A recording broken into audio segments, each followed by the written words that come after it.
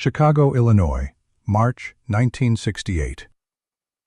The kitchen window framed late afternoon snow, each flake catching dying light like ash from a memory Anna Lindstrom couldn't bury. She stood at the counter, 44 years old, hands dusted with flour the color of bone. Behind her, 15-year-old Helene studied the cookbook with focused intensity, girls that age reserved for mysteries their mothers refused to explain. "Mom, whose name is this?" Anna didn't need to look.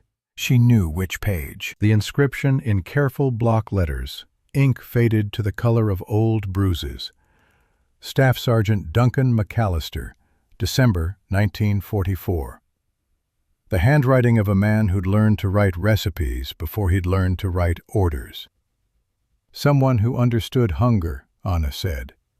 The flour between her fingers felt wrong, too fine, too white, too abundant. Even after 24 years in America, her body remembered scarcity the way amputees remember phantom limbs, the same height she'd been at 16, before the war had stopped her body's final growth. But the weight told a different story. She knew without a scale, knew from the way her hip bones pressed against her threadbare underwear like knuckles against skin, knew from the gap between her thighs that hadn't existed when she'd weighed 130. Knew from the way her auxiliary corps uniform hung on her frame like fabric draped over a wire sculpture of what a woman should be. Across the narrow space, Greta Vogel, 23, farm girl, eyes closed in what might have been sleep or surrender, breathed in shallow rhythms. Among the 47, one woman sat different. Hilda Richter, 32 years old, former administrative officer. Her posture remained rigid despite exhaustion, her expression hard where others showed only depletion. A true believer, Anna had learned to recognize the type. The ones for whom ideology still mattered more than hunger. The propaganda had promised cruelty. But this boy looked uncomfortable, almost sympathetic. "Out," he said in broken German. "Slow. Careful." Anna stood. Her legs trembled from simple physics. She gripped the truck's side and lowered herself to the ground. The earth felt solid, strange. After weeks in transit, stillness was disorienting. Captain Evelyn Ashford stood near the truck, tall and severe in her U.S. Army uniform. She watched each woman descend with eyes that calculated without judging. Medical eyes, Anna would later learn. Eyes trained to see bodies as systems, not symbols. When Anna reached the ground, Ashford stepped forward. "Name," she said in careful German. "Anna Lindstrom, radio operator, 2nd Auxiliary Corps." "Age." 20. Ashford pulled out a small notebook, wrote something. Then she did something Anna didn't expect. She pulled a measuring tape from her pocket and a field scale from her bag. "Height," Ashford said. Not a question, an assessment. Anna stood straight. Old training. Even dying, you maintained posture. 5 feet 6 inches, Ashford recorded. Weight. The scale was portable, military issue. Anna stepped on, watched Ashford's face, watched the calculation happen behind professional neutrality. 89 pounds. Ashford's voice didn't change, but her pen moved faster. Body mass index 14.4. She looked up at Anna then, really looked. And in that moment, Anna understood. This wasn't cruelty. This was documentation. This was an American officer performing triage on enemy prisoners with the same systematic precision Anna had once used to code radio signals. "Critical malnutrition," Ashford said quietly. "Organ failure risk within 6 weeks without intervention." 6 weeks. 42 days. Anna's body whispered the timeline in the language of mathematics. Ashford moved to the next woman. Anna stood aside, watching the same process repeat. Elsa Brenner, 5 feet 4 inches, 92 pounds. Greta Vogel, 5 feet 5 inches, 87 pounds. Dr. Margot Weiland, the oldest at 28, 5 feet 7 inches, 101 pounds. Still below healthy, but not critical. The numbers told a story the propaganda had denied. They'd been starving long before capture. Starving while serving the Reich. Starving while believing they were fighting for victory. 47 women. Average BMI 14.8. 8 critical cases below 14. 19 severe cases between 14 and 15. 20 marginal cases above 15, but below healthy range. Ashford closed her notebook. "Mess hall," she said. "Now." The building was larger than Anna expected. Long wooden structure, windows letting in weak December sunlight. Inside, the smell intensified. Whatever was cooking, it was close. It was real. And it was being prepared for them. The 47 women filed in under guard. Not aggressive guard. Watchful, cautious. The kind of supervision that acknowledged danger without assuming it. They were enemies, yes, but they were also critical malnutrition cases and 6 weeks from death. Anna found herself at a long table, rough wood polished smooth by use. Elsa sat beside her, Greta across. Hilda Richter positioned herself at the far end, spine rigid, watching everything with cold assessment. Around them, the others settled into uncertain silence. The kitchen door opened. Staff Sergeant Duncan McAllister emerged, wearing a flour-dusted apron over his uniform. He was broad-shouldered, 40 years old, with hands scarred from work that predated military service. His face carried the weathered look of men who'd spent their lives transforming raw materials into sustenance. Behind him, 2 kitchen assistants carried large trays. They began placing plates in front of each woman. Anna stared at what appeared before her and felt her understanding of reality fracture. 2 biscuits, golden brown, split open, still steaming, covered in thick cream gravy studded with crumbles of sausage. Beside the biscuits, scrambled eggs, actual eggs, yellow and fluffy, fried potatoes, a portion the size of her fist. Her brain tried to calculate, failed, tried again. This represented more food than she'd seen in months, more than she'd eaten in a single meal since before Allied bombing campaigns had destroyed German supply lines. Around her, the other women sat frozen. 47 faces locked in identical expressions of disbelief, fear, and desperate, agonizing hope. Captain Ashford stood near the entrance, watching, observing their reactions with clinical attention. She'd expected gratitude, Anna realized, maybe tears. Instead, she saw confusion, suspicion, terror that this was a test. Ashford nodded to McAllister. The sergeant picked up his own fork, took a deliberate bite of biscuit and gravy from his own plate. His message was clear. This food was real. It wasn't poisoned. It was simply breakfast. Anna looked at her plate again. The calculations wouldn't compute. 3 days of Hamburg rations. That's what this represented. 3 days of survival, offered on a single metal dish. The propaganda had lied. They'd been told Americans were starving, that their economy was collapsing, that their people suffered the same deprivation Germany endured. But here was butter. Here was cream. Here was sausage served without hesitation to enemy prisoners. This was abundance. Anna's hand trembled as she lifted her fork. half convinced someone would stop her, but no one intervened. The biscuit was solid, warm, real. She brought a piece to her mouth. The first taste changed everything. Soft as cloud, rich with butter. The gravy creamy and complex with herbs she couldn't identify. Black pepper, sage, something else.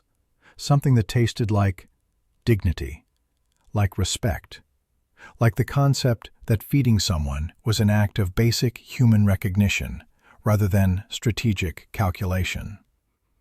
Anna's throat tightened, not from emotion, from biology. Her body had forgotten this, had forgotten what food beyond survival tasted like. She swallowed, took another bite, another. Around her, the other women were experiencing the same revelation. Elsa ate slowly, mechanically, her eyes wet, but her jaw working with determined precision. Greta stared at her plate between bites, as if it might transform. Dr. Weiland ate with medical understanding, recognizing the careful balance designed to restart digestive systems that had forgotten how to process nutrition. Even Hilda ate, slowly, suspiciously, but she ate. Anna finished her eggs, her potatoes, used the last piece of biscuit to soak up remaining gravy, unwilling to waste a single drop. When her plate was clean, she felt something she hadn't felt in months. Full. Not satisfied, not comfortable, but full. Her stomach, shrunken from prolonged starvation, protested the sudden volume. But the protest felt like healing. The kitchen assistants came around again. One of them, a young corporal with Tennessee mountains written in his accent, gestured awkwardly toward remaining food. "More?" he asked, in broken German. Anna watched in shock as several women timidly raised their hands. They were served again, without comment, without judgment. Elsa Brenner raised her hand, received 2 more biscuits covered in gravy, stared at them for a long moment. Then, without warning, she began to cry. Not quiet tears, deep, wrenching sobs that shook her entire body. The mess hall fell silent. Anna set down her fork and reached across the table, took Elsa's hand, felt the bones through skin like tissue paper. "I know," Anna said quietly in German. Elsa struggled to speak through her tears, switching between German and broken English. The words came in fragments, about her family's bakery in Stuttgart, about how even there, with access to flour and sugar, they'd been rationed to near starvation, about how the ingredients for these simple American biscuits had become impossibly precious in Germany. "My mother," Elsa managed. "My sisters. They're eating potato peels while I'm being offered seconds." The guilt overwhelmed her, the shame of eating well as a prisoner while her family slowly starved. Anna understood. She'd been calculating the same equation. Her mother Ingrid in Hamburg, her sister Katerina working in a factory for ration cards. 800 calories per day. Tulip bulbs when the rations ran out. And here Anna sat, eating butter. Captain Ashford approached carefully, kneeling beside the bench. In careful textbook German, she asked what was wrong. Elsa tried to explain about the bakery, about the impossible luxury of these rations, about the guilt of survival. Ashford listened without interrupting. When Elsa finished, the captain was quiet for a moment. Then she said something Anna would remember for the rest of her life. "Starving won't feed them. Your suffering here won't ease their suffering there. We follow procedures because that's all any institution can control." It wasn't comfort. It was logic. The cold calculation of institutional responsibility. But somehow, coming from this American officer who'd just documented their critical malnutrition with clinical precision, It carried weight. Elsa nodded, wiped her face, picked up her fork, and continued eating. Over the following days, the pattern repeated. Breakfast arrived each morning with systematic consistency. Biscuits and gravy, eggs, sometimes bacon, sometimes ham, occasionally grits, which remained mysterious to German palates. Lunch brought sandwiches on soft white bread, thick slices of meat, crisp lettuce, real mayonnaise. Dinner featured roasted chicken, mashed potatoes, green beans cooked with bacon. It was ordinary American military food, nothing special by camp standards. But to women who'd subsisted on increasingly meager rations for years, it was incomprehensible. Anna began keeping a journal, salvaged paper, stubby pencil, recording not emotions, but data, because data was what made this real. December 5th. Initial weight measurement confirmed. Breakfast consumed 2 biscuits, gravy, eggs, potatoes. Estimated 1,200 calories. Body tolerating refeeding. Minimal nausea. December 6th. Weight 90.2 pounds. First measurable gain. Ashford confirms refeeding schedule. Gradual caloric increase to prevent syndrome. Week 1, 1,200 calories. Week 2, projected 1,500. December 7th. Observed kitchen operations through serving window. McAllister works with precision. Measurements exact. Temperatures monitored. This is not charity. This is procedure. Geneva Convention, Article 26. Prisoners shall be provided with food rations equal in quality and quantity to depot troops. They were being fed according to regulation, not out of generosity, out of institutional commitment to standards. Anna found this more reassuring than kindness. Kindness was variable, could be withdrawn, but systems, properly maintained, were reliable, predictable. On December 8th, Captain Ashford posted new protocols. Weight checks every 3 days. Medical monitoring for refeeding complications. Individual caloric adjustments based on BMI and recovery rate. Target 2 pounds per week gain until BMI reached 18. Anna studied the posted chart, found her name. Lindstrom, Anna. Age 20. Height 5 feet 6 inches. Starting weight 89 pounds. Target weight 117 pounds. Timeline 14 weeks. 14 weeks to regain what starvation had stolen. She was in week 1. December 10th brought the first kitchen conversation. Anna had been watching McAllister through the serving window, observing his technique, the way he cut cold butter into flour, the way he folded rather than stirred, the precise timing between mixing and baking. It was methodology, the same kind of systematic approach she'd used in radio operations. After lunch, she approached Captain Ashford. "I want to understand the food," Anna said in her improving English. "The preparation, the technique." Ashford studied her. "Why?" Anna chose her words carefully. "Because understanding makes it real. Because watching someone cook with precision makes it not propaganda." Ashford was quiet for a moment. Then she nodded. "Wait here." 5 minutes later, Anna found herself in the kitchen. McAllister stood at a large metal table, mixing dough. He looked up when she entered, expression unreadable. "Captain says you want to learn biscuits," he said. "Yes." He gestured to the table. Anna approached. This close, she could see the scars on his hands, old burns, cuts, the permanent marks of someone who'd spent a lifetime working with heat and blades. "Watch," McAllister said.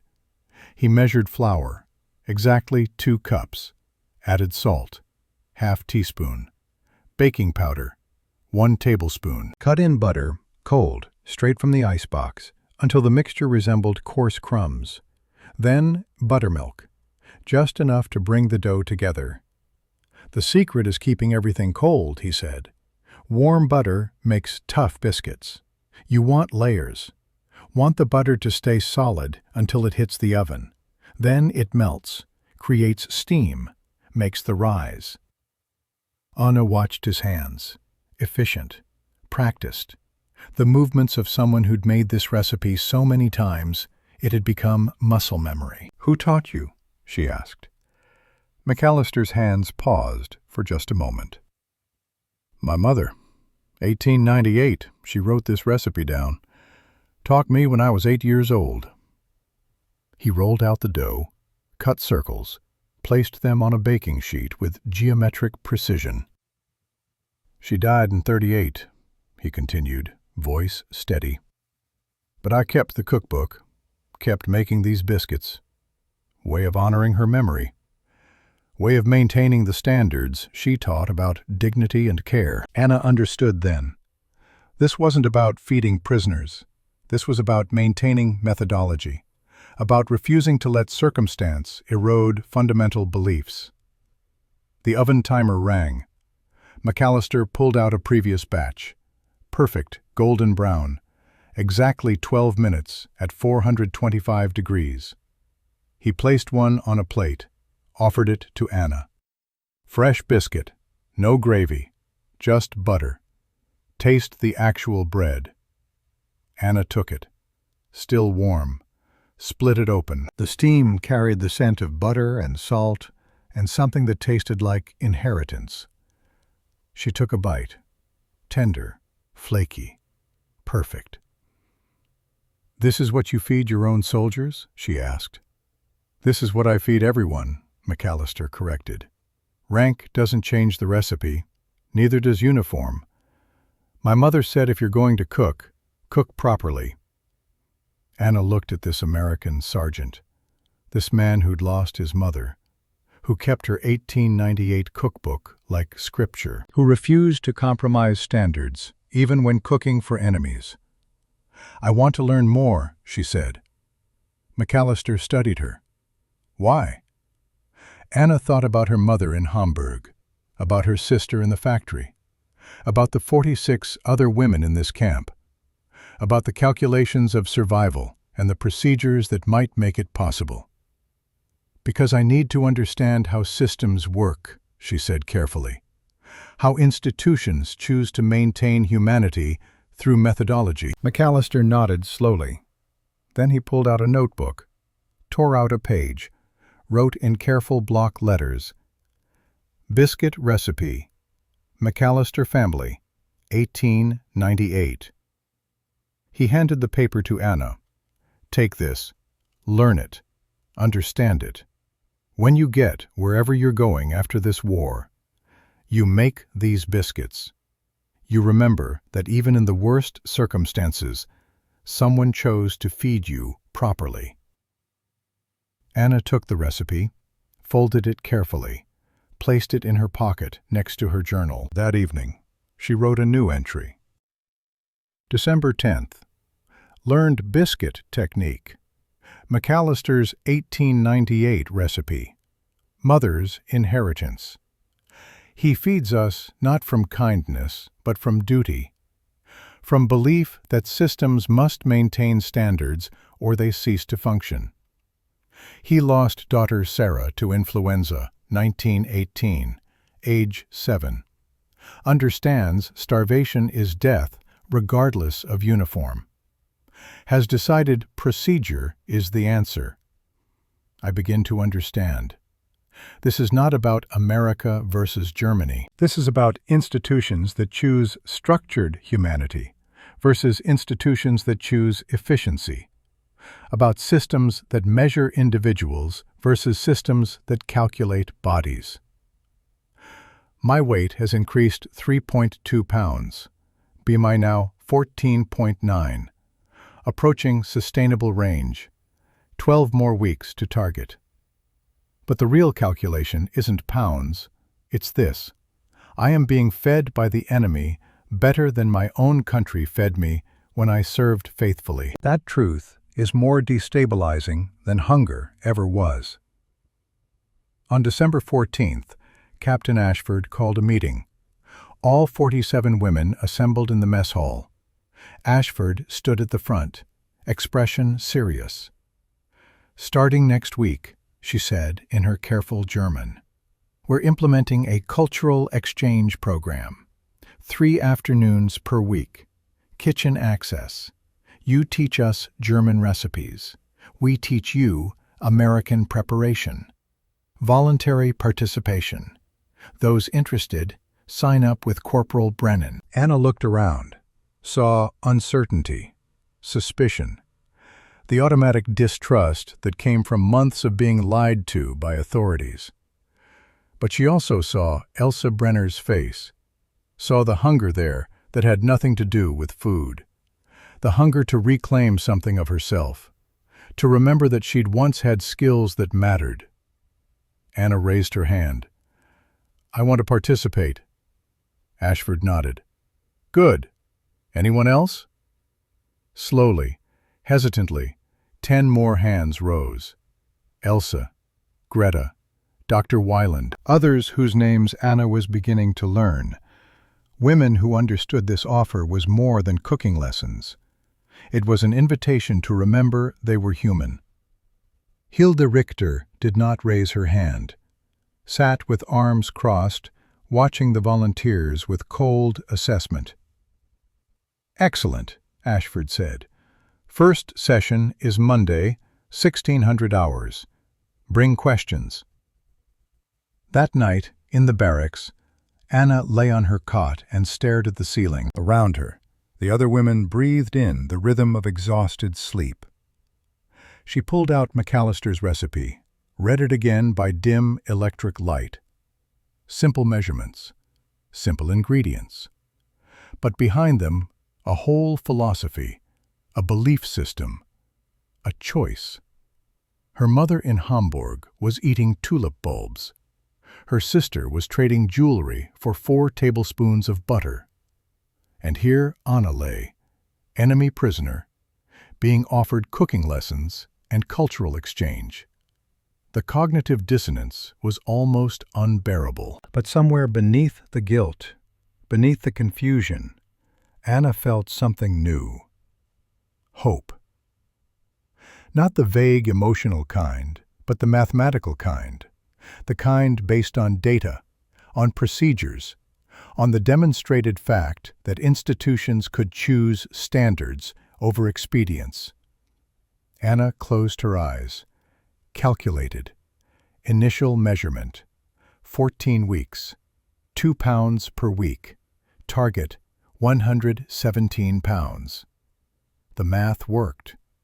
But the real equation was deeper. If they were wrong about the food, what else were they wrong about?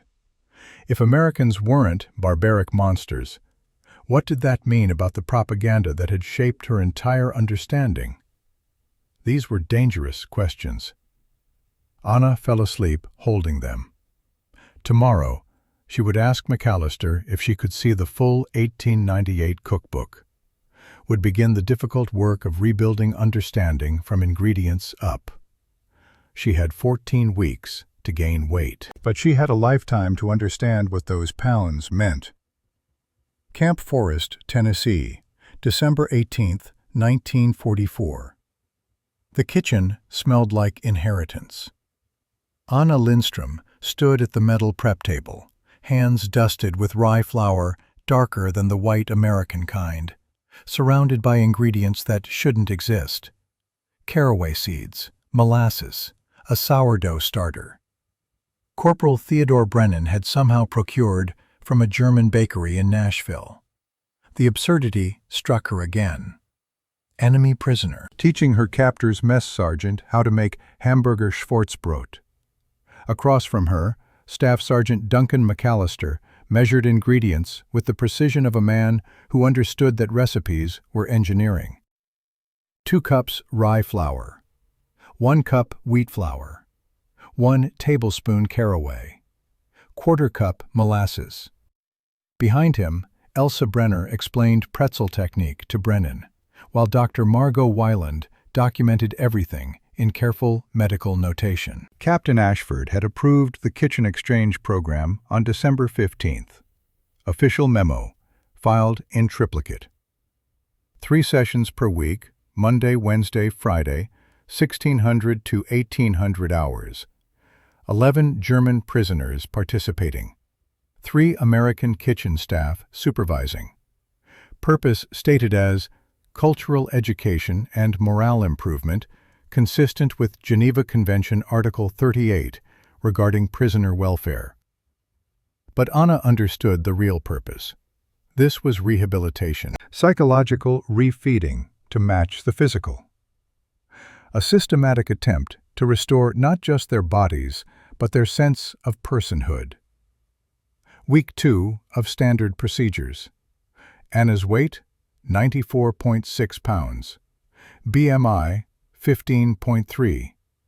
4 weeks ahead of projected timeline. Her body remembered abundance faster than expected. The starter needs to be active, Anna explained in her improving English. You see the bubbles? That means the yeast is alive, ready to work. McAllister leaned close, studying the jar of fermenting dough. How long you culture this? In Germany, my mother kept starter for 20 years, fed it weekly. Same yeast, living, growing. She called it the family's 3rd daughter. Anna's voice caught slightly. More reliable than me or Katerina. She hadn't meant to say that. Hadn't meant to mention her sister. But the kitchen had a way of pulling truth from her. McAllister nodded, didn't press. Instead, he measured the starter carefully. Added it to the flour mixture. His hands moved with the same precision he'd shown teaching Anna biscuits. This was exchange, equal trade. Her mother's 20-year-old yeast knowledge for his mother's 1898 butter technique. In Georgia, McAllister said quietly, my mother kept a sourdough starter 42 years. Survived the Civil War. She used to say the yeast remembered history the way people couldn't. Just kept living, kept rising, kept making bread regardless of what burned down around it. Anna looked at him, saw the same recognition in his eyes. They were speaking in code, in metaphor. The bread was bread, but the bread was also survival, continuity, the stubborn insistence of life against systems designed to extinguish it. She kneaded the dough, push, fold, turn, the rhythm her mother had taught her. Across the kitchen, Elsa demonstrated pretzel shaping to Brennan. Her hands moved with muscle memory, twisting dough into the traditional form. You need lye bath, she explained. 3% solution. Very dangerous. Makes the crust dark. Gives the taste. Brennan looked nervous. We got lye? I requisitioned it, Ashford said from the doorway. She'd been watching, always watching, documenting this experiment in institutional humanity. Food grade, proper safety equipment, else will supervise. Elsa's face transformed. For the first time since arrival, Anna saw her smile. Not the cautious half-expression of someone afraid to show emotion, but a real smile. The smile of a baker's daughter being trusted with dangerous chemistry because her expertise mattered. That night, Anna wrote in her journal, December 18th, weight 94.6 pounds, gained 5.6 pounds in 15 days, ahead of schedule. Ashford notes no refeeding complications. Digestive system adapting well. Kitchen Exchange Session 3. Taught Schwarzbrot. McAllister learned quickly. Has natural understanding of fermentation timing. Else demonstrated pretzel technique. Ashford approved lye bath requisition. First time I've seen Else truly smile. Observation. This program is not about food. It is about restoration of professional identity. We are not prisoners being fed. We are experts being consulted. The psychological impact is measurable. I feel alternative calculation.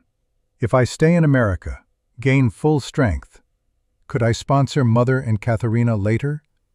Could survival here enable rescue there? Dangerous thought. Treasonous thought. But the numbers don't lie. January 14th, 1945. Anna approached Captain Ashford's office with a proposal that had taken 3 weeks to formulate. The camp had settled into routine. Morning weigh-ins, breakfast biscuits, kitchen sessions, evening meals that still felt impossible. Her weight? 103.4 pounds. BMI? 16.7. Firmly out of critical range. She knocked. Ashford looked up from paperwork. "Lindstrom, what do you need?" Anna had practiced this in English, had written it out, revised it, made sure the logic was airtight because Ashford was a woman who respected logic. "I want to propose a special dinner," Anna said.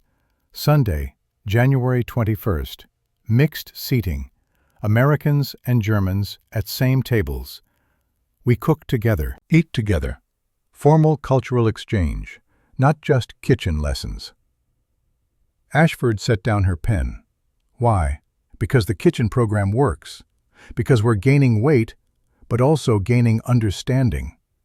Because breaking bread together is older than nations.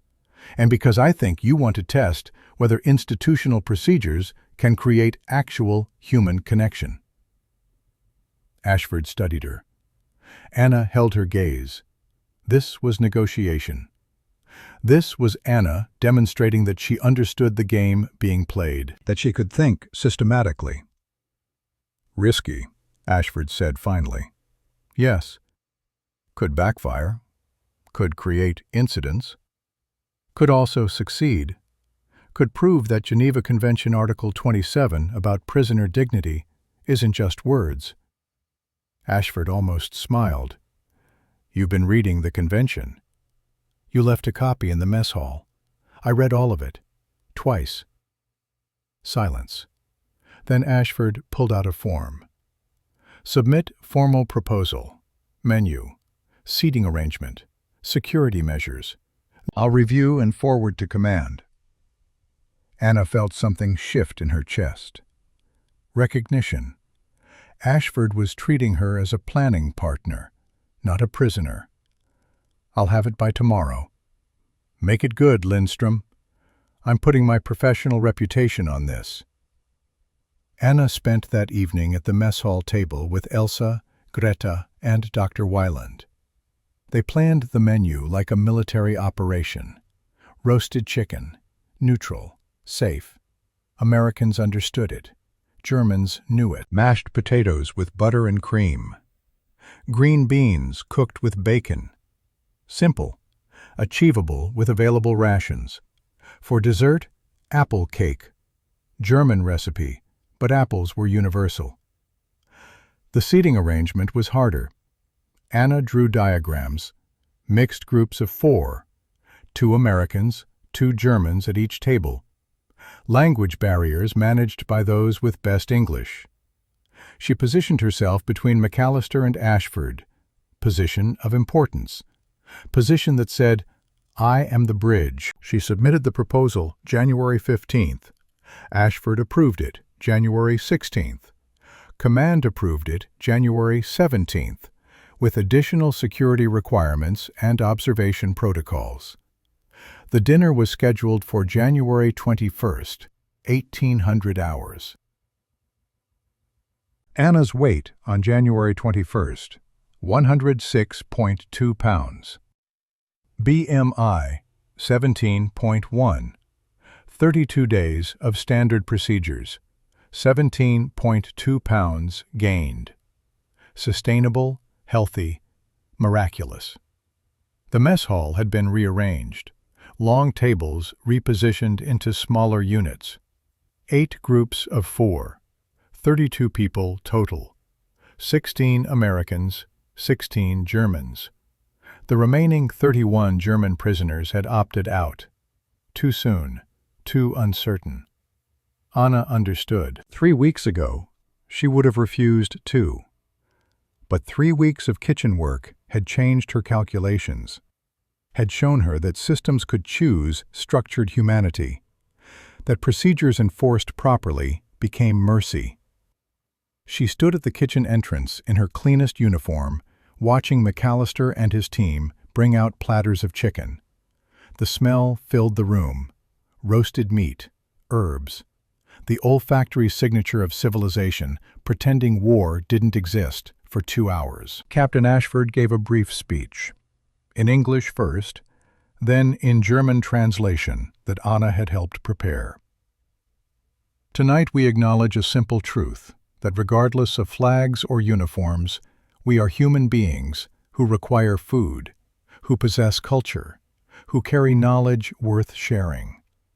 This meal does not erase the war, does not erase the reasons you are here, but it recognizes that institutional responsibility includes dignity. That Geneva Convention standards exist, not to make war comfortable, but to preserve humanity within it. Eat well. Learn from each other. Remember that systems are made of choices, and tonight we choose to see each other clearly. Anna translated the German version, saw the other prisoners' faces, saw uncertainty, suspicion, but also hunger, not for food, for recognition. The Americans sat, the Germans sat. Anna found herself at her assigned position, McAllister to her right, Ashford to her left. Across from her, Corporal Brennan and a German woman named Hilde Richter. Hilde was older, 32, a true believer in the Reich. She'd participated in kitchen sessions minimally, had made it clear she considered the whole program manipulation. Platters circulated. Anna served herself chicken, potatoes, green beans, watched others do the same. The awkwardness was thick. Nobody knew how to begin.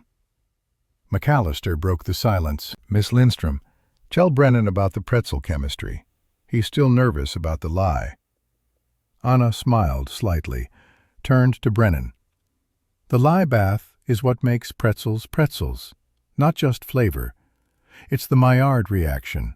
The alkaline environment causes proteins and sugars to brown differently, creates the dark crust, the specific taste. Science, not magic." Brennan relaxed slightly. "So it's like controlled burning." "Exactly. Same as searing meat. Same as toasting bread. We use chemistry to transform raw into cooked." The metaphor hung in the air. Transformation, controlled processes, dangerous materials becoming sustenance. Ashford picked up the thread. "What's the German word for this process?" "Laugengebäck," Anna said. "Lye-bathed baking." "We have many words for bread types. Schwarzbrot, dark bread. Vollkornbrot, whole grain. In German, bread is not just bread. It's an entire taxonomy." "In English, too," McAllister said. "Biscuits, cornbread, sourdough, rolls. My mother's cookbook has 47 bread recipes, each one different, each one precise." Conversation started flowing, tentative, careful, but flowing. Around the room, Anna heard similar patterns. Americans and Germans finding common ground in flour and yeast, and the universal truth that humans had been making bread for 10,000 years before they'd invented nations to fight over. Then Hilda spoke. Her voice cut through the careful diplomacy like a blade through butter. "This is collaboration," she said in German, loud enough for multiple tables to hear. "You smile and cook and eat with them as if we're equals, as if we're not prisoners. as if they're not the enemy who destroyed our country. The mess hall went quiet. Anna felt every eye turn toward their table, felt the experiment balance on a knife edge. This was the moment Ashford had warned about, the moment careful procedures met ideology. She could have stayed silent, could have let Ashford handle it. But Anna had proposed this dinner, had argued for it, had positioned herself as the bridge. She turned to face Hilda directly. "You're right," Anna said in German, then repeated in English for the Americans. "This is collaboration. I am collaborating with people who weighed me when I arrived and calculated I had 6 weeks to live, who then implemented medical procedures to prevent my death, who fed me according to Geneva Convention standards, not because they liked me, but because their institutional values required it." She stood, felt her 106 pounds of reclaimed weight, felt the strength that had returned to muscles that had been cannibalizing themselves. "You call this collaboration. I call it survival. You see betrayal. I see a system that chose to maintain humanity when it could have chosen expedience. When I arrived here, I was critical malnutrition, organ failure imminent." She pulled out her journal, opened it to the weight tracking page, showed the numbers. These Americans documented my starvation with the same precision they documented my recovery. Week 1, 1,200 calories. Week 2, 1,500. Week 3, 1,800. Gradual refeeding to prevent syndrome. Medical supervision. Individual adjustments. Do you know what that is, Hilda? That's institutional commitment to standards. Anna's voice was steady, not angry, just factual. Our own country starved us while we served it, reduced rations until we were dying on our feet. Then, when we were captured, expected us to believe our captors were monsters. But the monsters would have let us die. Instead, they calculated how to bring us back without killing us in the process. She closed the journal. "So yes, Hilda, this is collaboration. I am collaborating with a system that chose structured mercy over efficient cruelty. And I am not ashamed." Silence. Then Captain Ashford spoke quietly. "The Geneva Convention exists because someone once decided that even in war, certain lines should not be crossed.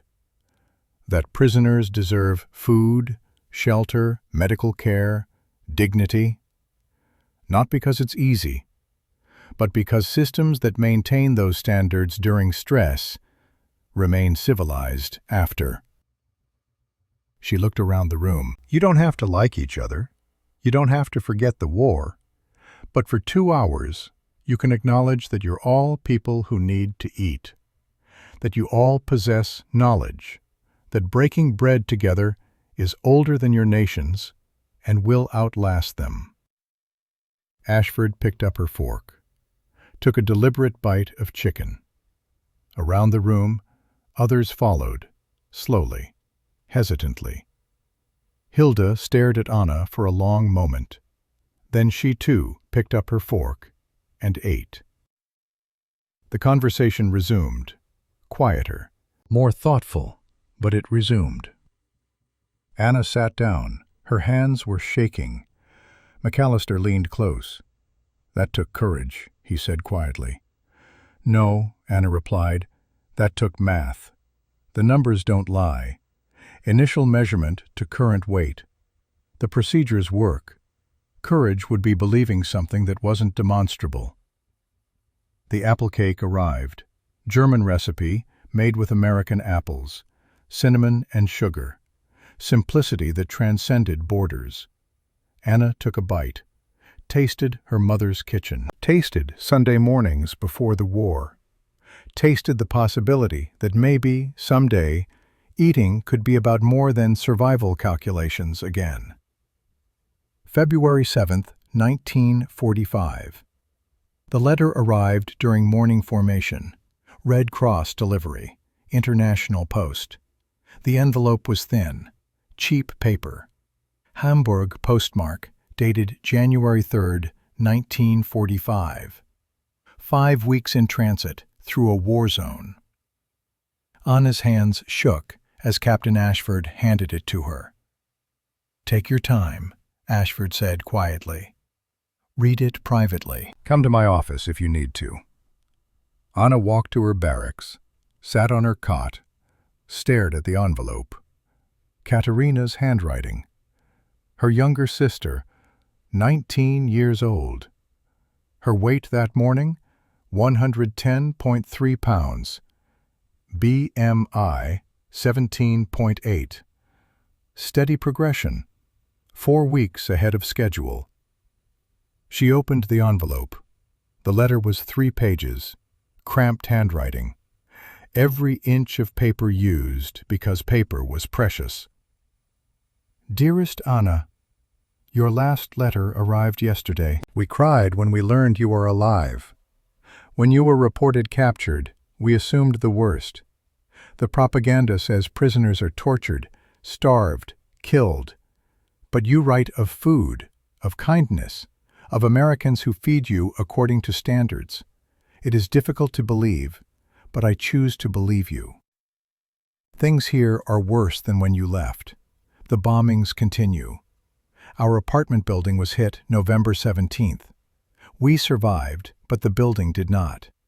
We live now in temporary housing. Converted factory dormitory. 80 people in one large room. No heat except coal rations, 1 bucket per week for 40 people. Mother is not well. I must tell you this clearly because lies help no one.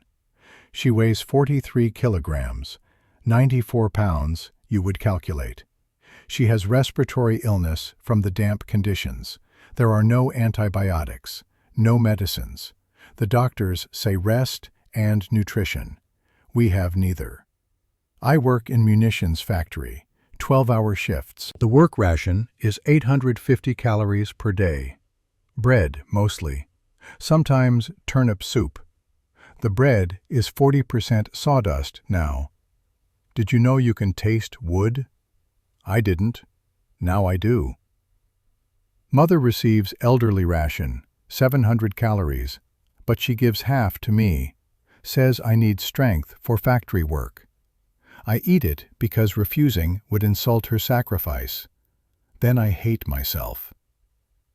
The black market exists, but requires currency we don't have. Your belongings, we sold everything. Bought 2 weeks of potatoes. They're gone now. Children in our dormitory are dying. Not from bombs, from simple diseases, measles, influenza, things that should not kill. But when you weigh 30 kilograms and your body has no reserves, everything kills. I tell you this not for pity. You cannot help from Tennessee. I tell you because you deserve truth. Your letter says you weigh 94 pounds, that Americans are feeding you to 117 pounds. Medical procedures. Supervised recovery. I read this and felt joy. Then guilt. Then rage. Then joy again. It is confusing. Mother says we are glad you are safe, that at least one of us survives, that even if you must survive as prisoner of the enemy, survival matters. She made me write this specifically. You must live, must eat, must accept whatever help the Americans offer. Your survival is not betrayal. It is hope. I don't know if I believe that, but Mother does. And she is dying, Anna. If you return after the war, you will find us changed, if we are still alive. Please write again. Your letters are the only proof that somewhere institutions still function. With love and confusion, Katarina. Anna read the letter 3 times. Each time, her brain tried to process different elements, the data, the emotions, the implications. Mother, 43 kilograms, 94 pounds. BMI 15.2. Edge of critical. Dying slowly. Katarina. Factory rations, 850 calories. Sustainable for sedentary existence. Not sustainable for 12-hour shifts. She was burning muscle mass, consuming herself. Timeline. If conditions didn't change, Mother had perhaps 3 months. Katarina, 6. Anna's weight this morning, 110.3 pounds. She'd gained 21.3 pounds in 9 weeks. Was eating 2,000 calories daily. Had enough reserves that if she stopped eating today, she'd survive for weeks. While her mother starved in Hamburg. The calculations were unbearable. Anna felt something crack inside her chest, not her ribs, something deeper. The careful compartmentalization she'd maintained, the ability to accept food without drowning in guilt. She couldn't eat. The thought of biscuits made her nauseous. Anna didn't go to lunch, didn't go to dinner, lay on her cot staring at the ceiling, while her body screamed for the food it had learned to expect. February 8th, skipped all meals. February 9th, skipped breakfast, skipped lunch. At dinner formation, Captain Ashford pulled her aside. "Lindstrom, my office. Now." In the office, Ashford didn't sit. Stood facing Anna with clinical assessment in her eyes. "You've lost 3 pounds in 2 days. Talk." Anna handed her the letter, said nothing. Ashford read slowly. Her expression didn't change, but when she finished, she was quiet for a long moment. "This is survivor's guilt," she said finally. "Classic presentation, medically predictable, psychologically understandable, and completely illogical. My mother is dying." "Yes, and you starving yourself here won't prevent that, won't feed her, won't change material conditions in Hamburg, will only ensure that when the war ends, she has no daughter to return to, or worse, a daughter too weakened to help rebuild." Anna's voice was hollow. "How do I eat butter while she eats sawdust?" Ashford pulled out Anna's medical file, opened it, showed the weight charts. "You eat butter because your body mass index is 17.8. Still underweight. Still requiring supervised refeeding to reach sustainable health. You eat butter because Geneva Convention Article 26 requires me to feed you adequately. You eat butter because if you don't, you'll be back to critical levels in 6 weeks. And then you'll be useless to everyone, including your mother." She closed the file. "Your sister's letter says your mother wants you to live, to eat, to survive. You want to honor her wishes? Eat dinner tonight. Regain those 3 pounds. Continue standard procedures. Reach target weight. Become strong enough that when this war ends, you can actually help instead of becoming another burden." Logic. Cold. Mathematical. True. Anna felt tears on her face. Hadn't realized she was crying. "I can't," she whispered. "You can. You will. Because the alternative is failing everyone, including yourself." Ashford opened a drawer, pulled out a file marked Displaced Persons Program. "There's a legal pathway," she said quietly. "War Department established it last year, for prisoners who have viable concerns about repatriation. You could apply for displaced person status. Stay in America temporarily. Work. Save money. Sponsor your mother and sister once Germany stabilizes." Anna stared at the file. That's staying with the enemy. That's using institutional systems to save your family. Do you think your mother cares about ideology when she's 94 pounds? Anna's mind raced. Calculations, timelines, possibilities. If she returned to Hamburg at 117 pounds, with rations at 750 calories, she'd be back to critical malnutrition in 8 weeks. Would become a burden. 3 people starving instead of 2. But if she stayed, if she reached healthy weight, if she worked and saved, she could sponsor them in 2 years when Germany stabilized. It was treason. It was collaboration. It was survival. It was the only math that worked. "I need time," Anna said. "Take until Monday, but eat dinner tonight. Procedures don't stop for emotional crises." That evening, Anna sat in the mess hall staring at her plate. Biscuits, gravy. The smell that had meant salvation 9 weeks ago now meant guilt. McAllister appeared beside her table, set down a different plate, something she didn't recognize. "Aalsuppe," he said. "Hamburg eel soup. Your recipe, the one you taught me. Made it special." Anna looked at the bowl. Clear broth, vegetables, the distinctive flavor of the soup her mother had made every Sunday. "Why?" she asked.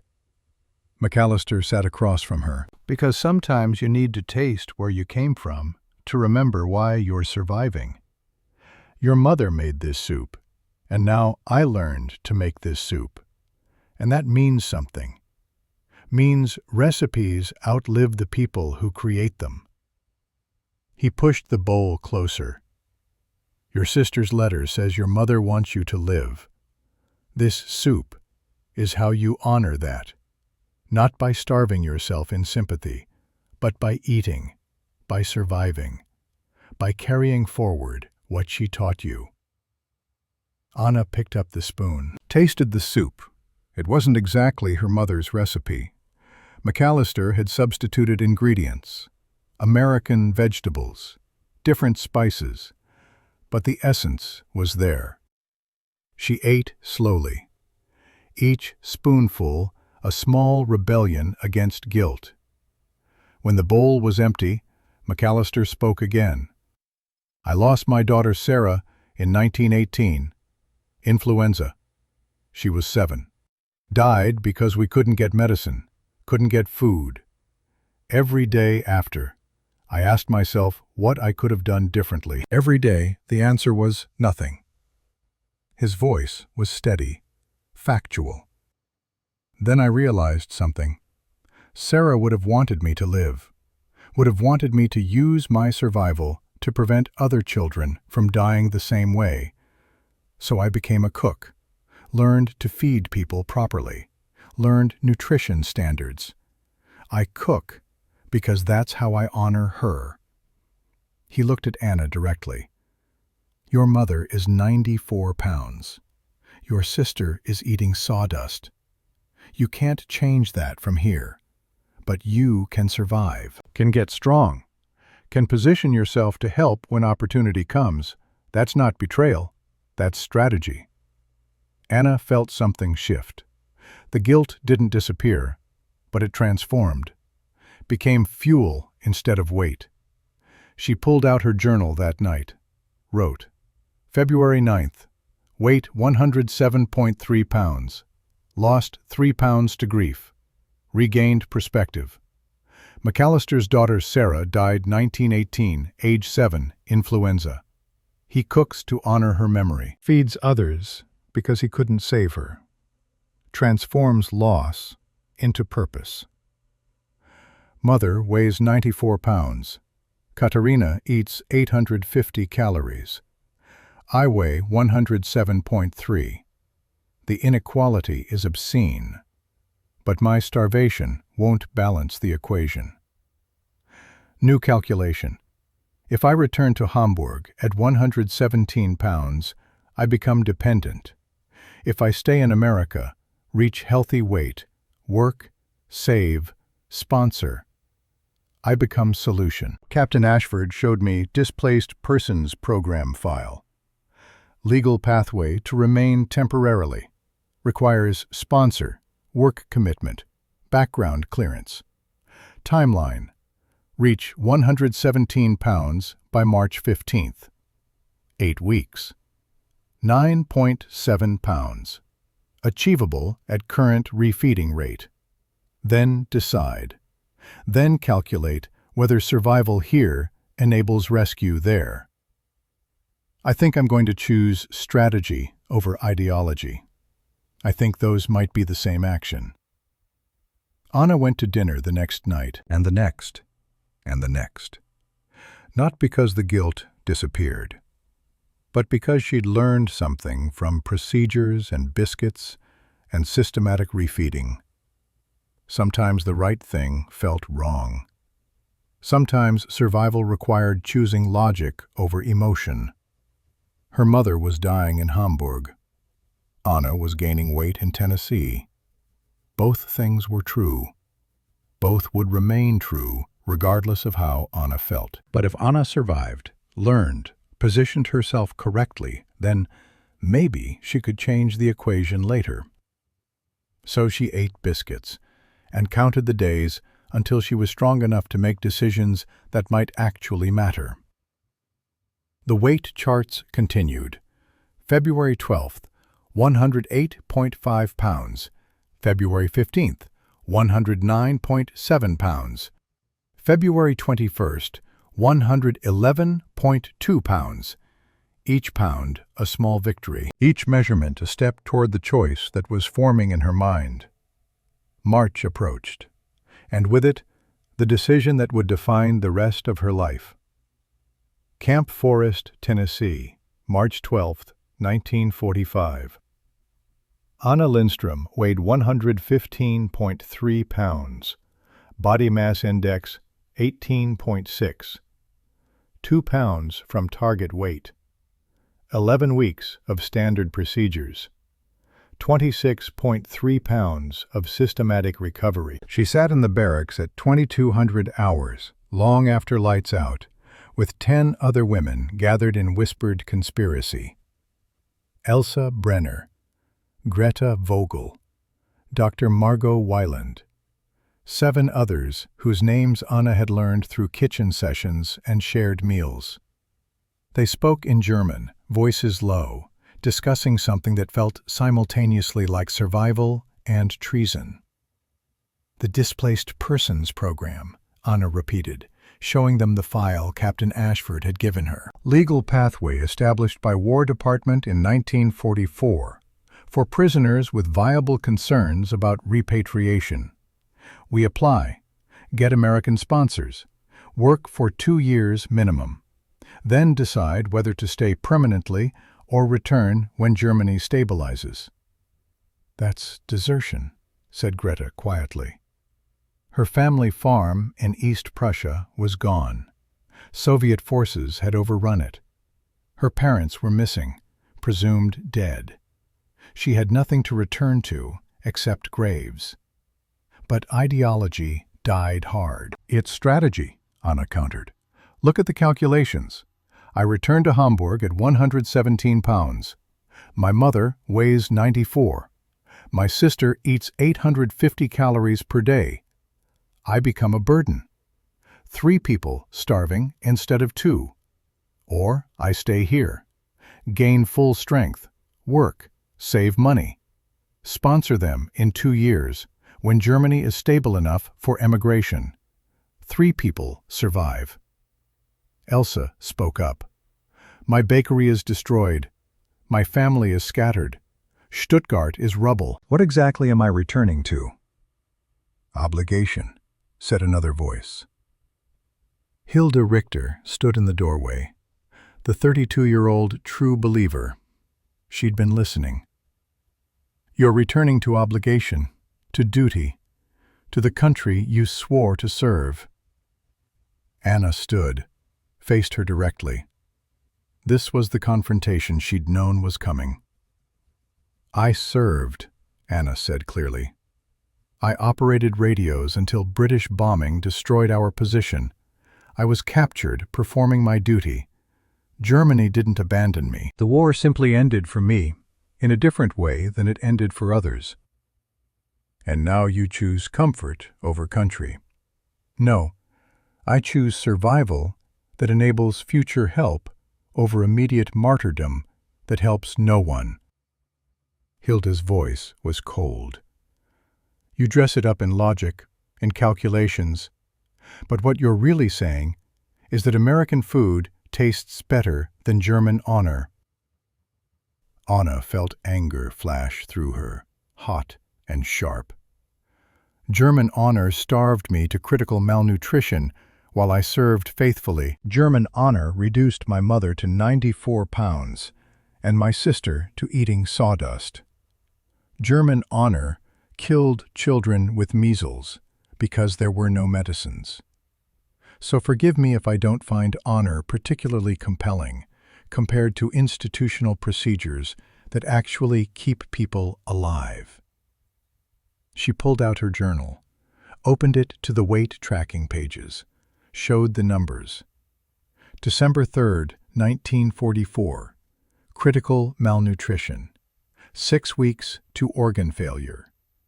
March 12th, 1945, healthy range. This happened because American institutional systems chose to follow Geneva Convention standards, because Captain Ashford calculated refeeding schedules, because Sergeant McAllister cooked according to nutritional requirements, because a system decided that maintaining standards mattered more than punishing enemies. She closed the journal. I'm not choosing America over Germany. I'm choosing systems that function over systems that failed. And when Germany builds functioning systems again, when my family can emigrate legally, when I have enough money to sponsor them, then I'll have actually helped instead of dying slowly in Hamburg. Silence. Then Dr. Weiland spoke. I'm a physician. I took an oath. First, do no harm. Returning to conditions that will kill me violates that oath. Surviving here, maintaining my medical knowledge, positioning myself to practice when circumstances allow, that honors it. I'm staying. I have nowhere to return to, Greta said quietly. Soviet occupation, missing family, destroyed farm. I'm staying. One by one, 8 others indicated their decision, not with speeches, with simple nods. 11 women total, including Anna. Hilda looked at them with something between contempt and grief. You're traitors. No, Anna said quietly. We're survivors who understand that survival now enables help later. You want to honor Germany? Return. Rebuild. We'll honor Germany differently, by staying alive long enough to bring resources back. She met Hilda's eyes steadily. Neither choice is wrong.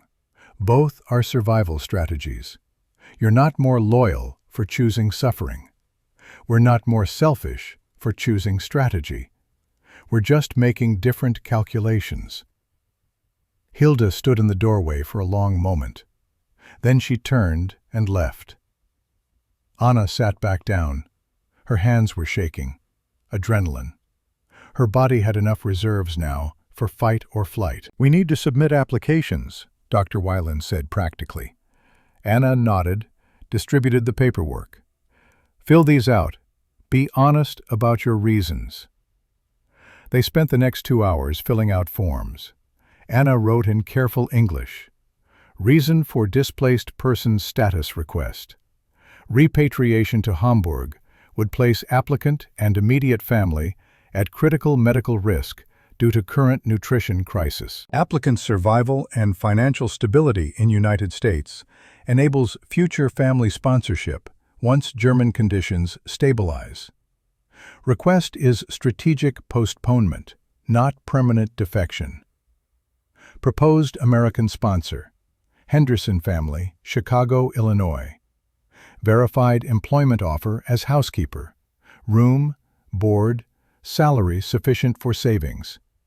Intended timeline, 2 years minimum.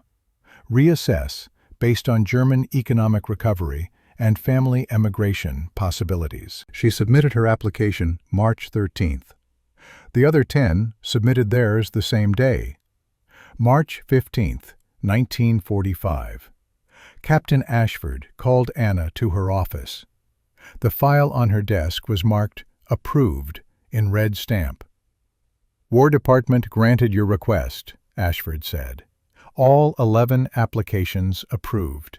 Effective April 1st, you'll be transferred to displaced person status.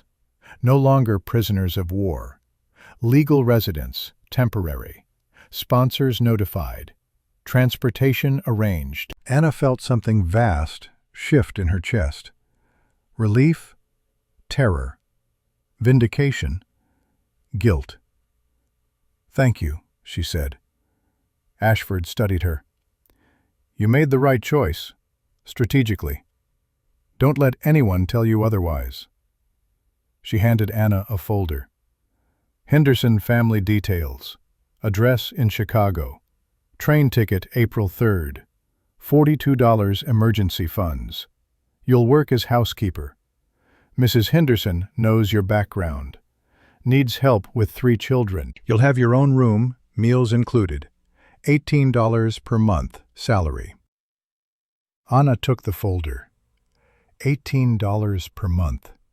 In 2 years, $432 if she spent nothing.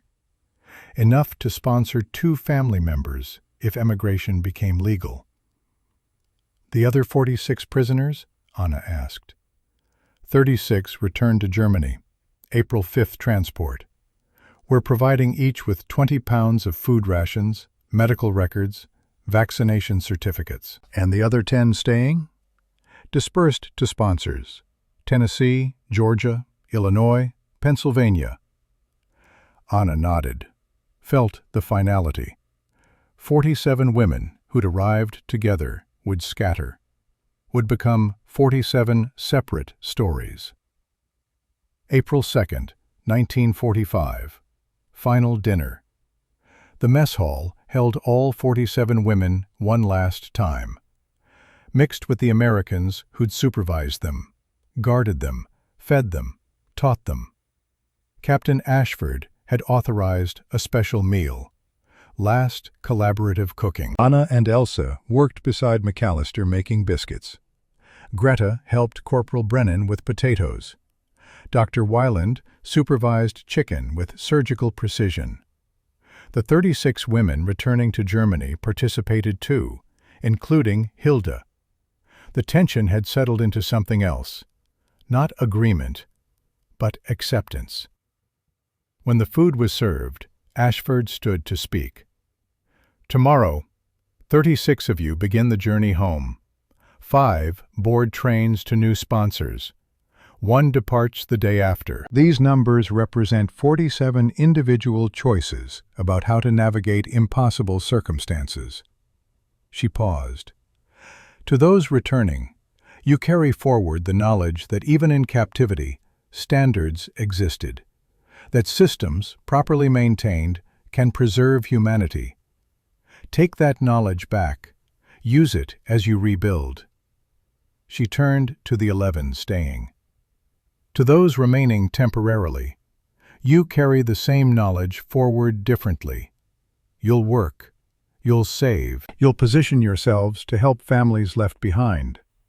Your choice is not abandonment. It's strategic postponement." Ashford raised her glass. "To standards, to systems, to the choice to maintain humanity even when circumstances make it difficult." They drank. The meal proceeded. Anna found herself at a table with Hilda, Elsa, and McAllister. Finally, Hilda spoke. "I still think you're wrong," she said to Anna. "But I understand the calculations.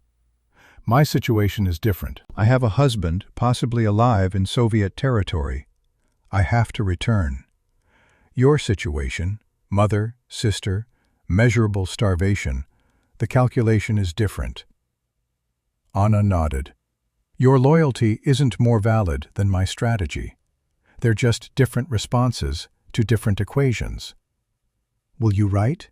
Hilda asked. Yes, Anna promised. They wouldn't. Both knew it. But the offer mattered. McAllister had been quiet. Now he pulled something from his pocket. The 1898 cookbook, his mother's inheritance. He opened it carefully, removed a page. A recipe card in his mother's handwriting. Biscuits, he said simply. Full recipe, technique notes, my mother's exact method. I'm giving you the original. Anna stared. This is your family's, and now it's yours. You learned the recipe, earned it. When you get to Chicago, you make these biscuits. You remember that a Georgia farm woman's 1898 knowledge saved a Hamburg radio operator's life in 1945. You remember that recipes outlast nations. He pushed the card across. Take it to Chicago.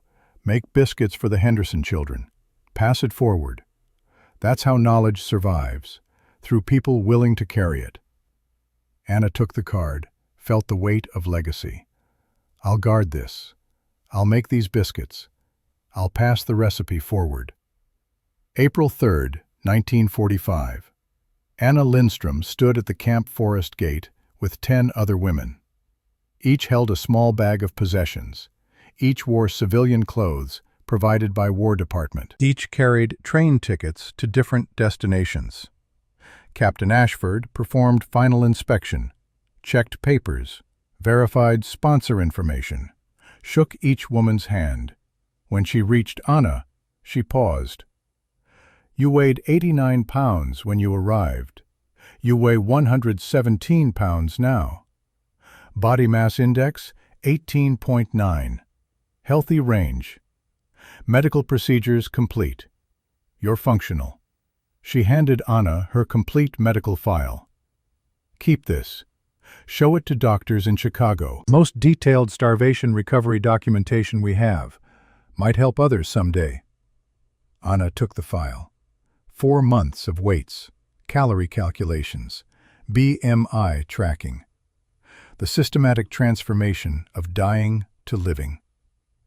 Thank you for following the standards.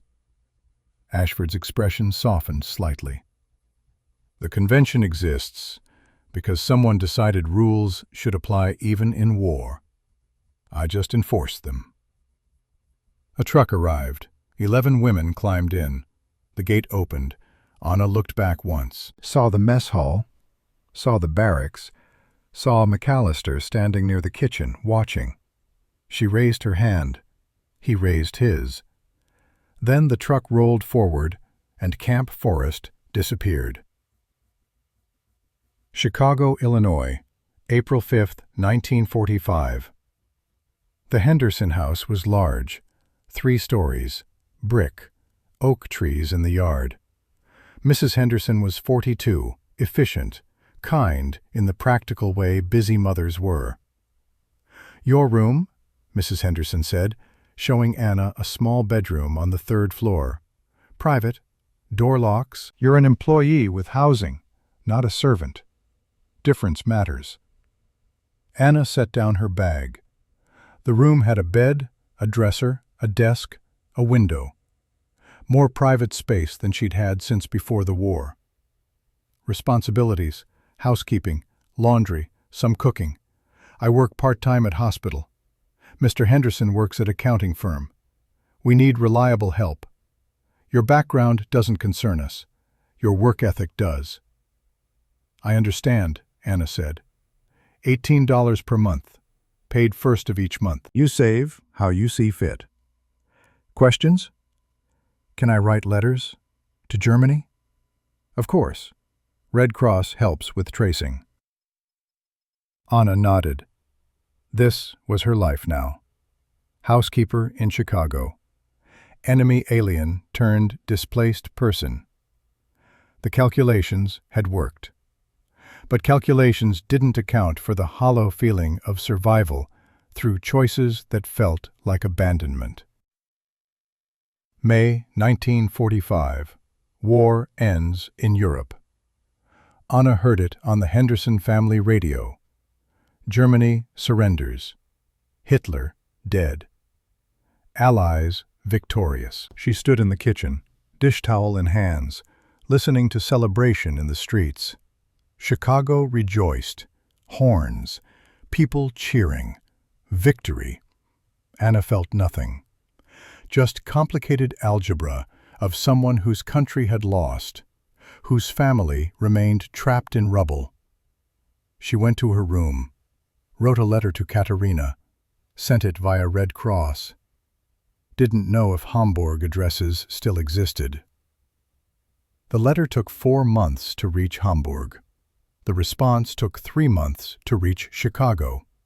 October 1945. Anna received a thin envelope. Anna, you are alive. We are alive. The mathematical improbability astounds me. Mother weighs 40 kilograms, 88 pounds. I weigh 43 kilograms, 94 pounds.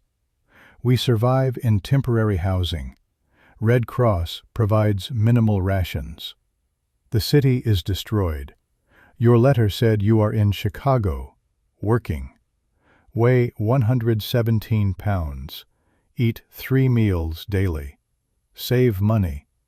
Plan to sponsor us when conditions stabilize. I don't know whether to feel joy or rage. Both, I suppose. You survived by collaborating. I survived by staying loyal to nothing that provided loyalty in return. Neither choice was wrong. Mother says, "Tell Anna we are proud. Tell her survival is not betrayal. Tell her to continue saving. We will emigrate when possible." I say, I miss you. I resent you. I'm grateful for you. I hold all emotions simultaneously. Continue saving. We will come. Your sister, Katarina. Anna calculated $18 per month, minimal expenses, $16 saved monthly, $192 per year. Emigration sponsorship required $300 per person, $600 for 2. Timeline, 38 months, just over 3 years. Target date, June 1948. Anna began saving with systematic precision. Every dollar accounted for. The same discipline that had tracked calories now tracked currency. June 1948. Anna had $647, more than required. Margin for emergencies. German conditions had stabilized. Allied occupation eased restrictions. Red Cross facilitated family reunification. She submitted sponsorship applications for Ingrid Lindström, age 51, and Katarina Lindström, age 22. Provided financial documentation. The Henderson family agreed to temporarily house Anna's family. The applications were approved in August. September 12, 1948. Anna stood at Chicago train station, waiting. Her mother and sister were arriving from New York. The train pulled in. Anna scanned faces. Ingrid Lindström was 51, weighed 96 pounds. Still underweight, but better than 88. Her hair was completely gray, her face carved into lines that hadn't existed 4 years ago. But she was alive. Katarina followed, 22 years old, 108 pounds. Her eyes held complicated expression: joy, resentment, gratitude, confusion. Anna approached, didn't know whether to hug or speak or cry. Ingrid made the decision, stepped forward, embraced her daughter, said nothing. Finally, Ingrid pulled back, spoke in German. "You survived. You saved us. The calculations worked." Katarina nodded. The calculations worked. Anna took them home, to the room she'd prepared, to the first meal she'd cooked for them. She made biscuits, McAllister's 1898 recipe, exactly as he'd taught her. Ingrid and Katerina sat at the kitchen table, stared at the plate. Katerina reached for a biscuit, split it open, tasted. Tears ran down her face. "This is what saved you?" "No," Anna said quietly. "Standards saved me. Institutions that chose structured methodology over cruelty. Biscuits were just the delivery mechanism." Ingrid took a bite, chewed slowly. "This tastes like the enemy chose mercy," she said. "Yes," Anna confirmed. They ate in silence. 3 women, 3 survivors, 3 different calculations that had led to the same kitchen table. Later, Anna showed them McAllister's recipe card, the 1898 handwriting. "Keep this," Anna said. "Pass it to your children. Let them know that a Georgia farm woman's knowledge saved a Hamburg family through the strangest possible route." Katharina took the card, studied it. "I'll keep it. I'll make these biscuits. I'll remember that even enemies can be human." November 15th, 1957. The telegram arrived at Anna's apartment. She lived independently now, had for 6 years, worked as a bookkeeper. The telegram was from Tennessee. Staff Sergeant Duncan McAllister died November 12th, 1957. Age 53. Heart failure. Funeral November 16th, Macon, Georgia. Family requests attendance of former POWs if possible. Anna stared at the telegram. McAllister had been 40 in 1944, 53 in 1957. Died young. She couldn't make the funeral. Too far, too expensive, too short notice. But she could honor him. Anna spent November 16th in her kitchen. Made biscuits from the 1898 recipe. Perfect technique. Cold butter. Careful folding. 12 minutes at 425 degrees. When they emerged golden brown and steaming, she set one aside, placed it on her best plate, lit a candle. "Thank you," she said. "You fed me when feeding me was just duty, just Geneva Convention compliance. And that duty saved 3 people. Your 1898 knowledge outlived you. We carry it forward." She ate the biscuit slowly, tasting memory, tasting December 1944. The next day, she wrote to McAllister's family, explained what he'd meant, what his biscuits had enabled. She received a response 2 months later, from McAllister's son. "Dear Miss Lindstrom, thank you for your letter about my father. He rarely spoke of the war, but he kept your weight charts, kept the recipes you'd exchanged, kept letters from several women he'd fed. He considered it his most important work. Not because he was kind. He hated being called kind, but because he believed systems should maintain standards regardless of circumstance. I'm sending you something he left in his will, specified for the Hamburg radio operator, if she survived. Sincerely, James McAllister, Jr." The package arrived March 1958. Inside, the full 1898 cookbook, his mother's original.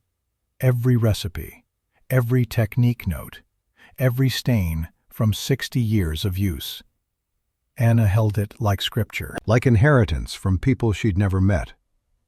She donated it to the National WW2 Museum in 1973, along with her medical files from Camp Forest, along with her journal. The museum created a display, Institutional Humanity, How Standards Saved Lives. McAllister's cookbook, Anna's weight charts, letters between enemies who'd become something else. January 1949. A package arrived from Stuttgart. Elsa Brenner's handwriting. Inside, a photograph. Elsa standing in front of her rebuilt bakery. The sign read, Hartmann Bäckerei, established 1898, rebuilt 1946, American Friendship Bakery. Below the photo, a letter. Anna, you asked if the American system worked, if survival there enabled help later. I have my answer. My bakery thrives, but not just as bakery. It's become a teaching center. I've trained 247 women, widows, refugees, displaced persons in baking, using McAllister's techniques, using American methods combined with German traditions. The irony? I teach former enemies knowledge to rebuild our country. The biscuit recipe that saved us now feeds Stuttgart. Last month, the mayor visited, called the bakery a symbol of practical reconciliation, said my American training proved enemies could become teachers. You were right. Survival there enabled help here. I returned with knowledge, with techniques, with proof that systems maintaining standards create better outcomes than systems driven by ideology.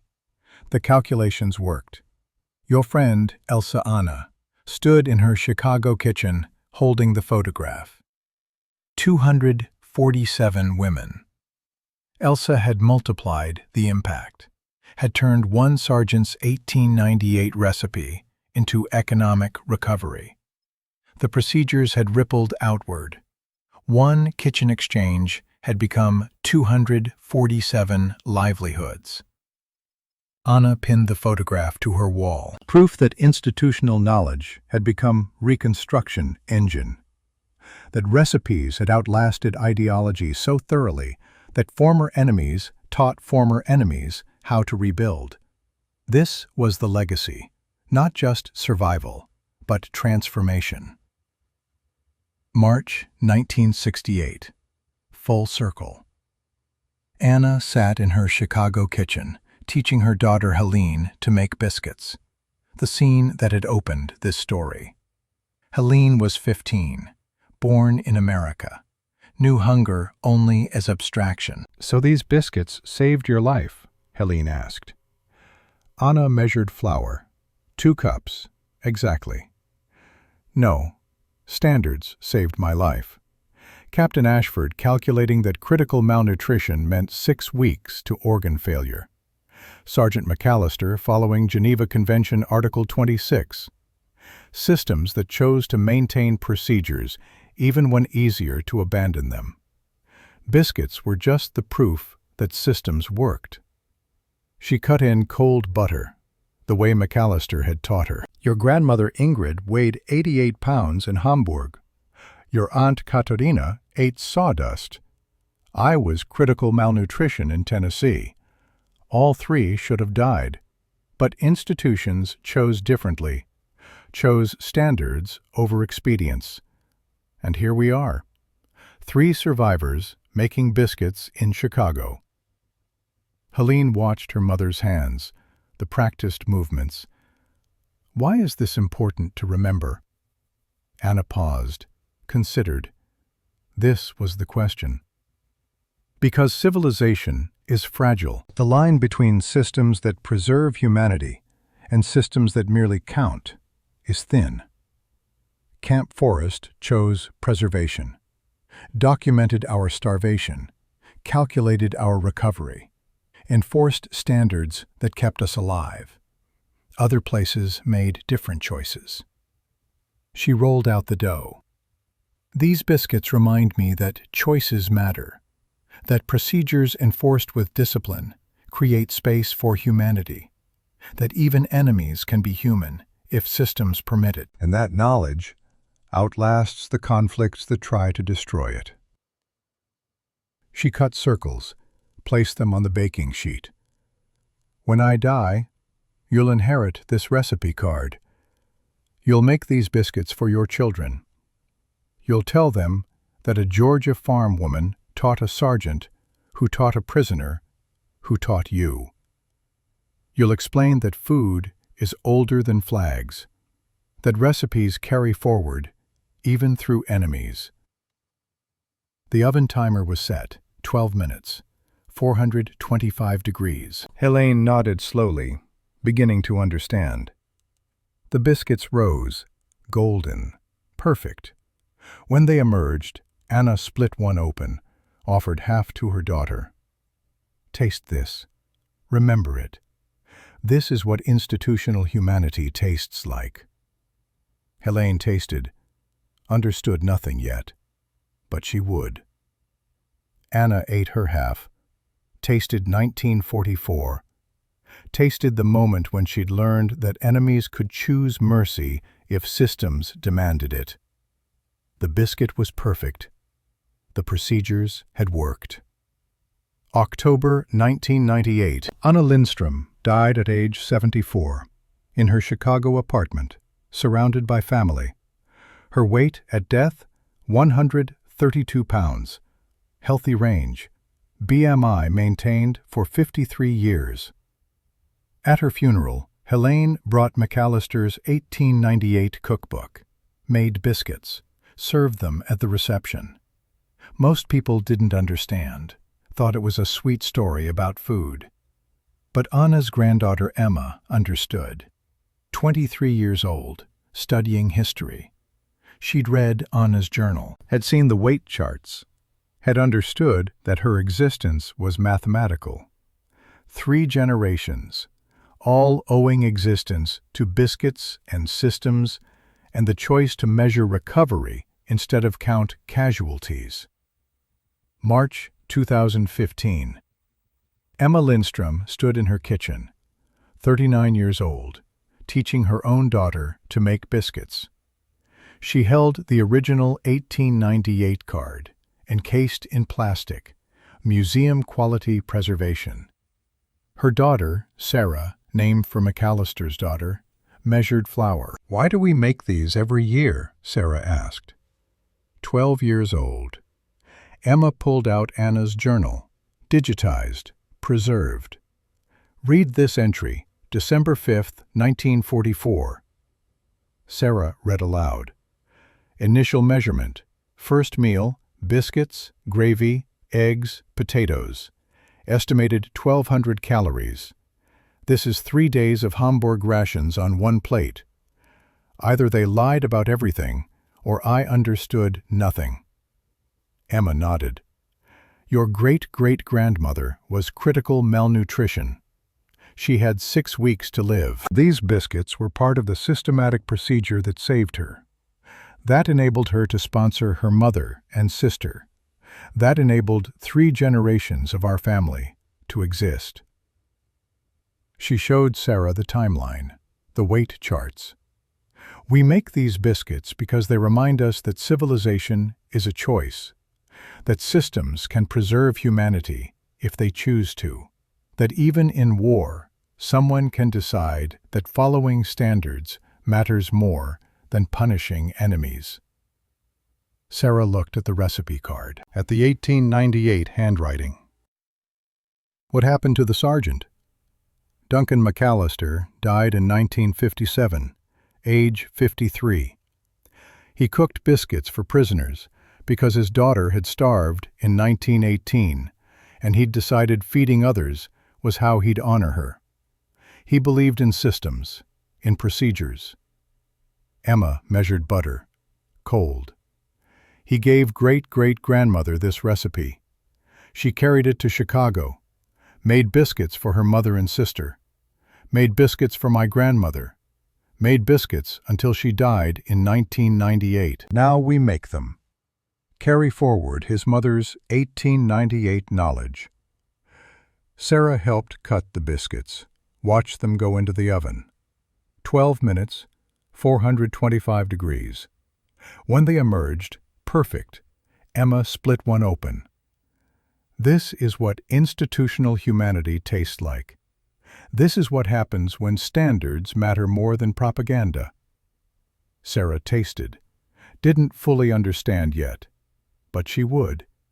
The biscuit was perfect. And in a kitchen in Chicago, 71 years after Anna Lindström had been critical malnutrition and learned that enemies could choose mercy, the calculations of survival continued.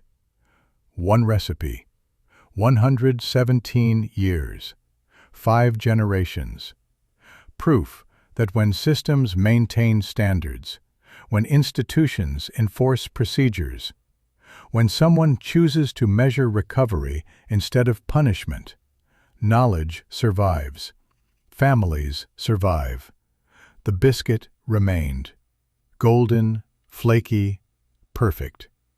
The lesson remained. Simple, mathematical, true.